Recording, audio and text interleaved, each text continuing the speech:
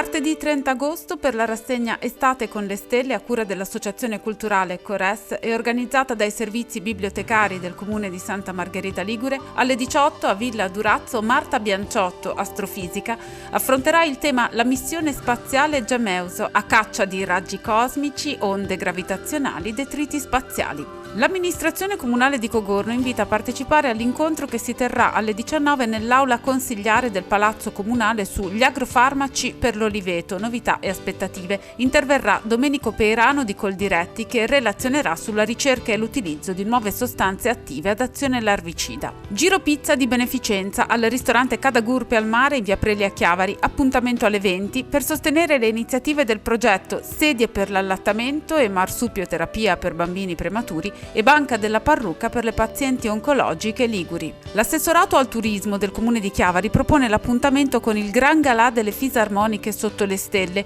insieme agli allievi del maestro Enrico Roseto. Sul palco di Piazza Nostra Signora dell'Orto saliranno Marianna Lanteri, Marco Valenti, Giuse Alessi e Veronica Cuneo, l'inizio alle 21. Fino al 31 agosto è possibile visitare la mostra delle fotografie che hanno partecipato al primo concorso nazionale fotografico Marinedi, con oltre 300 scatti arrivati da ogni parte d'Italia. L'esposizione è allestita nella Torre Civica di Chiavari ed è aperta dalle 9:30 alle 13 e dalle 16 alle 19:30.